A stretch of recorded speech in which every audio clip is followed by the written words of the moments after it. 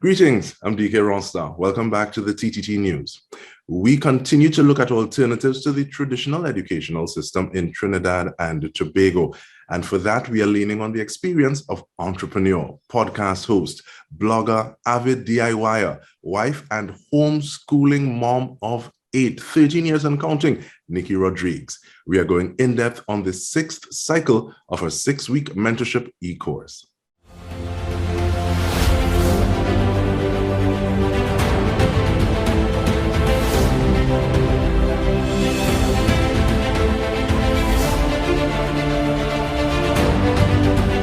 Hi, Nikki. How are you doing? I am good, DK. Thank you so much for having me. Hello, Trinidad and Tobago. And now, 13 years homeschooling is nothing to sneeze at. What are some of those changes you've seen in your own experience, as well as the perception of homeschooling along that journey? All right. Well, in 13 years, a lot has changed. In 13 years, I've had more babies, as you could tell, right? We started back in April of 2009 with just 4 children. And I say just, and people kind of snicker when I say that. But we really only had 4 kids at the time when we started homeschooling. At the time when I started, I found that information was few and far between. I was a part of a group of women that met every Friday. So there was that type of support there for the moms. We would get together and socialize our children and with each other, because of course we were the kids all the time. So, that is one thing that helps to keep me going. But apart from that, in terms of what has changed, apart from the addition of 4 more humans, I have relaxed a lot more in how I go about the journey. And that doesn't mean I'm skirting my responsibilities or anything like that. I'm seeing homeschooling in a totally different lens, through a different lens.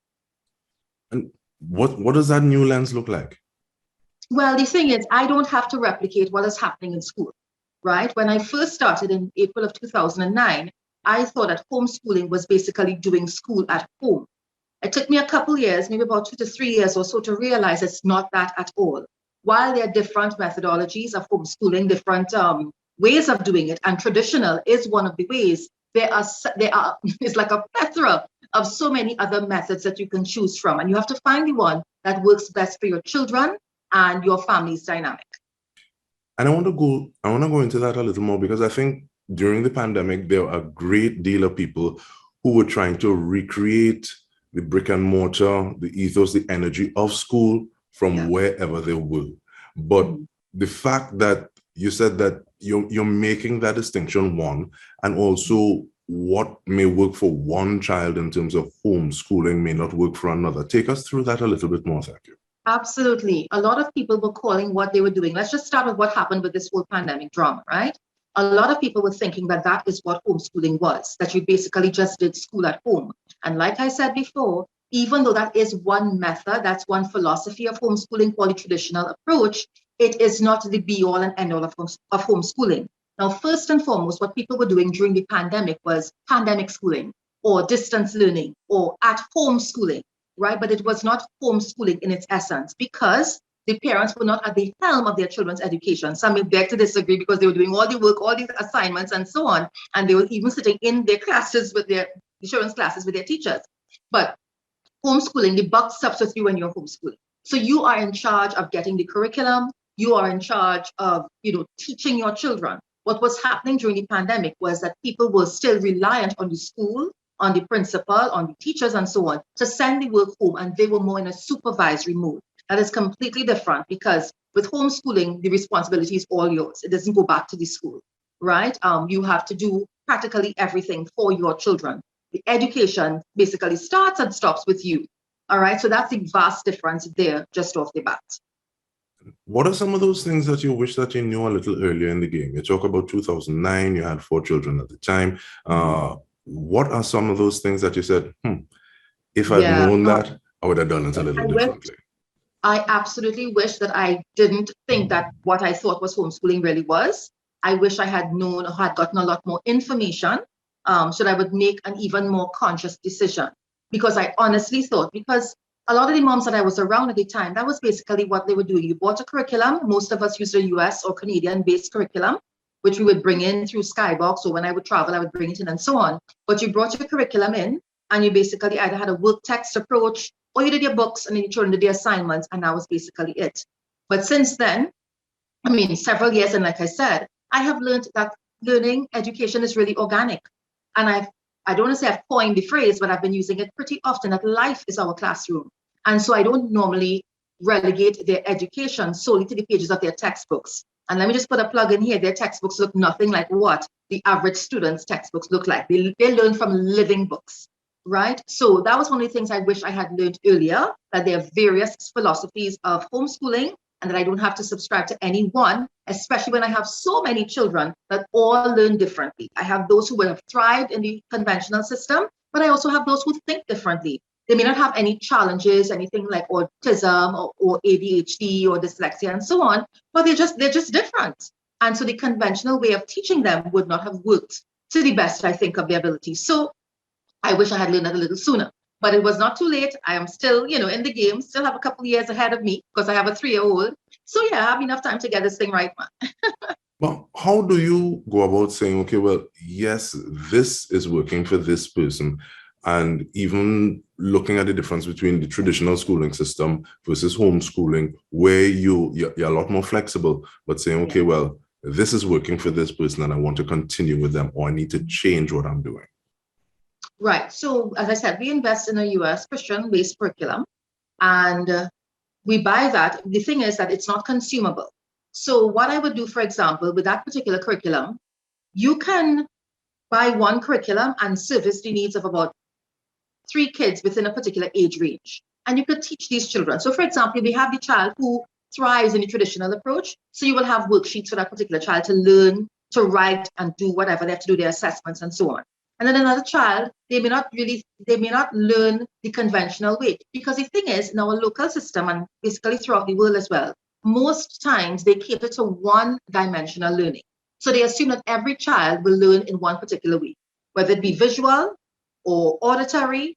That's basically the only 2 senses that we cater to.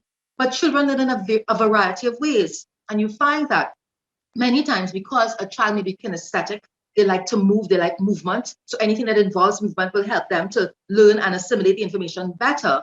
You find that they don't cater for that in the traditional classroom. And so a child that likes to move, they'll say, but stop fidgeting. And that child will be either labeled ADD or ADHD or a bother or a distraction, when the fact is the child is just not able to learn the way that the traditional student or the average student may learn. Some children learn through, they have a more tactile approach. They have to get involved, they have to touch, they have to feel. So you have tactile learners, you have kinesthetic learners, the ones that like to move, you have the visual, you have the auditory. Each child learns differently. And so I could be teaching one particular subject to 2 or 3 students, and I will cater to how they learn. So one child may love to draw or to create with their hands. So while I'm reading whatever information, that child may be doing that. Another one may be taking notes. Another one might be sitting down just listening. So I am able to, through the curriculum that I use, teach the different styles that I have in front of me in terms of my children. But that makes me wonder, how do you, if you're someone who say, I'm working on the side as well, but I'm working with the children, do I have the time to say, okay, well, I'm learning what your learning style is, looking at these multiple intelligences and being able to dedicate that sort of time to make that investment? What do you say to the person who's going through that at this point in time? The parent who may be working and may not have the time to observe, that's what you said, I didn't hear clearly. Yes. Yeah? Please. Okay, good. What I will, basically you would learn through observation. And you may even learn from complaints from the school. So if you have a child that you're constantly hearing, they're always fidgeting, they don't keep still, and they may be slow to respond, they may be slow to get their work done and so on, it may be that that child may have a problem processing information visually or auditorily. The child may need to process the information through movement or through actually getting involved, through experiments and that type of thing. I don't know how it is right now, but I knew when I was in school, things like field trips and stuff were once every term, perhaps, if you're lucky, or once a year, more than likely, right? Once a year, once per term. But as a homeschooling family, we can do field trips at least once a week if we so desire, depending on what we are studying. So you would find that you may have a child, you listen to, you talk to them, let's say, about animals, and you will talk and talk and talk. and they will be hearing you, but they're not that much interested in what you have to say. But take that very child to the Emperor Valley Zoo, for example, and you talk to them about the very animals you were showing them in a book. But the fact they could see it live and direct and animate in real life, it makes a world of difference. So simply, I always tell parents, just observe your child.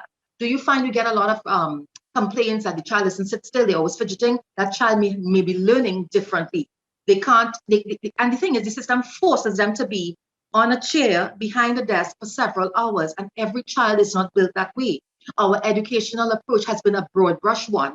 It's a one size fits all, but we all know that every single human being created on this earth is unique. We don't even have the same fingerprints. So how do you expect us to all learn the same? Yeah. And with that in mind, we take a short break. We're speaking with Nikki Rodriguez, and we haven't even started to talk about the program that you have as yet, but we do that when we come back. Stay with us. Welcome back. We are speaking with Nikki Rodriguez, homeschooling mother of 8. And you said you started when you had 4 children, 2009, but give us some signposts along the way in terms of formalizing your efforts. So it's no longer just, okay, well, we're doing this for us, but this is now something that we have as a package that we can offer to other parents and guardians. Okay, so I am one of the founding members of the Homeschool Association of Trinidad and Tobago. The same group of women that I mentioned before that I would meet up with every Friday with our children, we came together and we formed that association, right? We saw the need, of course, to be able to help people who were interested in the journey. And so we were doing that. So I am one of at least 2 other people that get calls pretty often.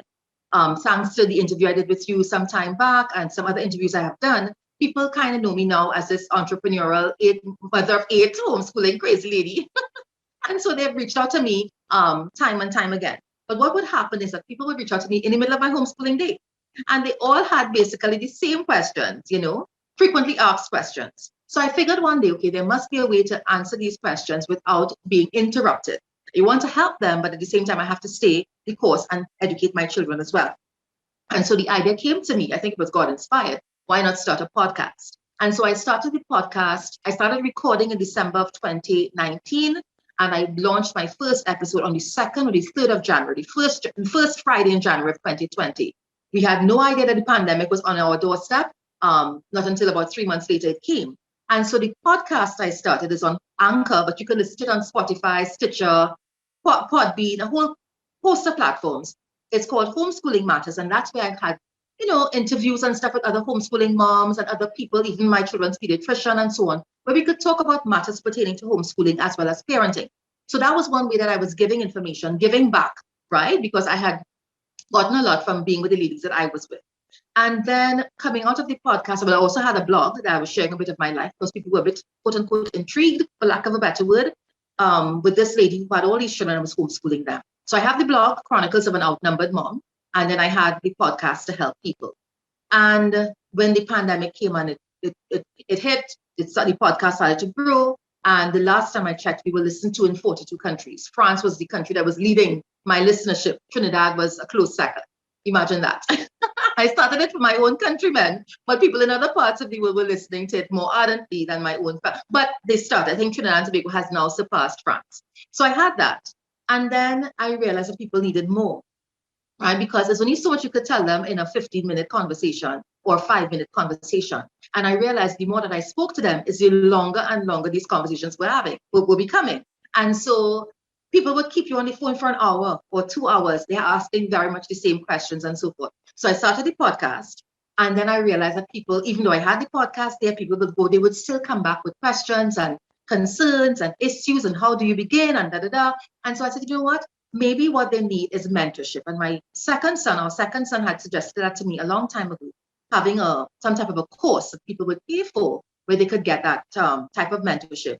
And get their information, And then another friend of mine, she said, Nikki, I think what they need is mentorship. And I think you're the ideal person to do it. You have so much information and experience. Why not start a mentorship program?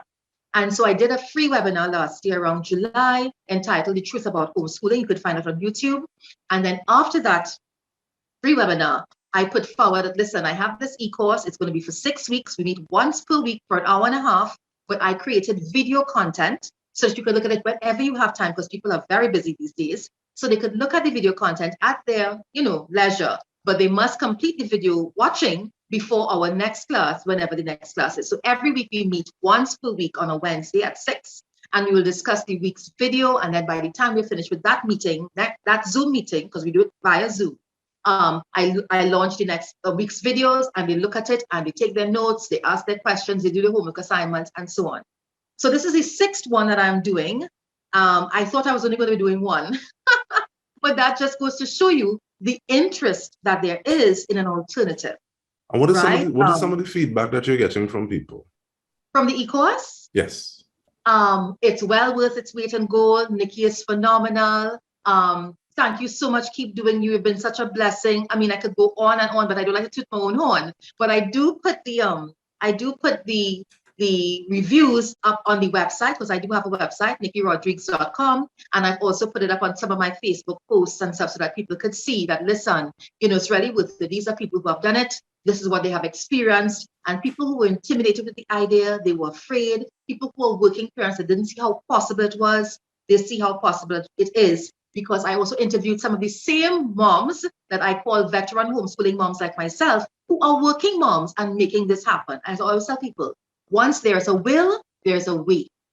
And that is one of the things that I wanted to ask about, because who is this type of course for? Is it that as soon as I finish this course, I'm able to pull my child out of school and I'm confident that we're going to be successful in what it is we're doing? People by the 3rd week are pulling their children out of school. No, I mean, and we do have a letter of intent to homeschool. So let me let you know this as well. As a founding member, I have to be responsible. So I do let the parents know, listen, we have a letter of intent to homeschool. It's a letter that, a draft letter, like a draft that people can look at, a template that they could fill in their information. It was designed by HAT, that they could submit to the Ministry of Education. But remember, we are not seeking permission to homeschool our children. According to the Constitution of Trinidad and Tobago, we have the right to educate our children as we see fit. Okay, so I do encourage my participants, if they do decide to go this way, because people have done it and they haven't yet made a decision. Very few of them. Some of them will kind of halted between opinions, but they made a decision upon completion, or 2 weeks before, or halfway through. They went full steam ahead with it. So it's different for everyone. But whether you're working parents, or a stay-at-home parent, or work-from-home parent, it is possible, because we tend to see, as I said, education. We equate education and school. So we think that education has to happen between the hours of 8 and 3. But that's not necessarily so. I know I have mentored working moms who educated in the afternoon, right? They had someone to look at the children during the day. They would give them little worksheets or whatever, but they will teach them when they came home from work. And that's actually a question that we were asking a little while ago, because looking at the legislation, how do you define school? Is it a physical space? Is it a process of education? What is inactive learning? How does that come into play? Because some of the things that would have been legally defined as a school, they kind of flew out of the window during the pandemic, when people were not doing it from those places that were defined as school. So I think that is conversation that still needs to be happening. But in the e-course, what are some of those things that you're looking at specifically in terms of course objectives? I know one of the things may be avoiding rookie mistakes, but what are some of those things looking like?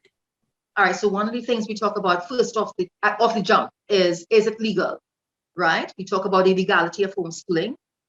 I point them to the Constitution, which it's enshrined within our Constitution that it is legal, right? That's one. It's not called homeschooling, but it does give the parent the right to educate as they see fit. That's one.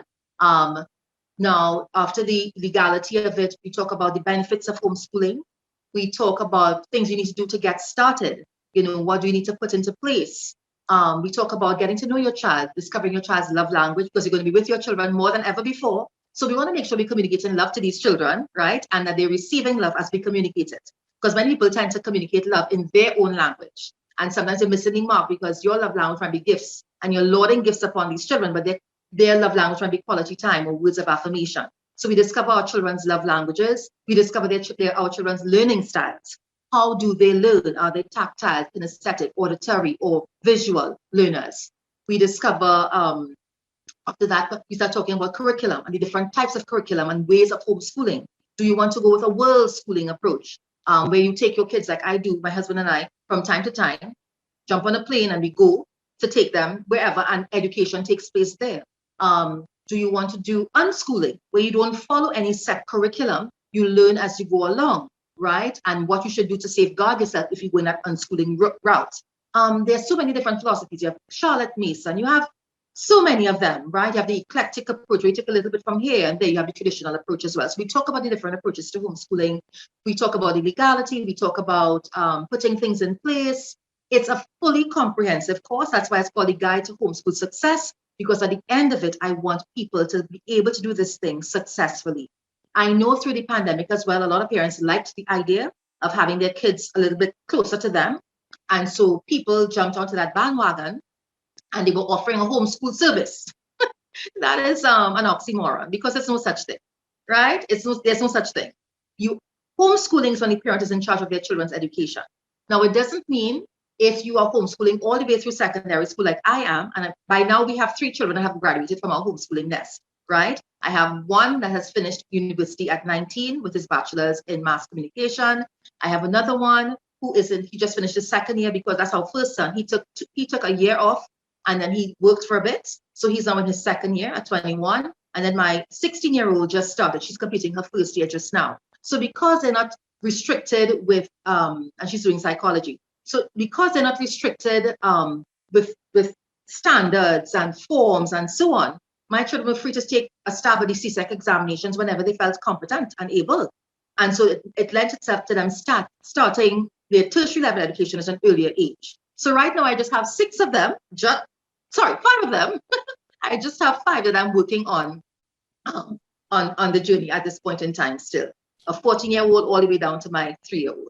And the fact that, and I really like the fact that you talk about competence, and that is a whole other conversation that hopefully we can have at another time. But the e-course, it starts on the 1st of June, correct? Yes. It starts on the 1st of June, and we run every Wednesday at 6 p.m. We usually finish by about 7:30. It depends on how many people. I don't do a large number of families when I'm doing the e-course. And that's simply because I want each family and each person who is there to be able to ask whatever questions and to be vulnerable. And of course, towards the end of the e-course as well, towards the end of the e-course, we will do a vision and mission. What is your mission for homeschooling? What is the vision you have for your homeschool, and that type of thing? Also, I have them form community. So I remember the second cycle I had a number of them from Tobago. So when I came across Tobago some time ago, I met up with them in person. And the ones from the first cycle, the third cycle, fourth cycle, and fifth cycle that I haven't yet met, we are actually planning a huge get-together, all protocols observed, right? But a huge get-together. We're looking at over 100 children, because I have dealt with about 50 families so far. Again, because my class size, I don't take it more than 12 people at a time in each cycle. And so we're looking at about 50, I would say conservatively 50 families that we're going to be meeting up, because we have a homeschooling community. I also encourage my participants to become members of HAT, because we want to have a voice, and we want the Ministry of Education and others to see that that we exist, and that we are a force to be reckoned with, and that there are people interested in this alternative. And so we need to have a voice as well. And we want to thank you for sharing your voice and shining your light, Nikki Rodriguez. And on behalf of the entire TTT News family, this has been In Depth with me, Dike Rostant. Thank you so much for joining us.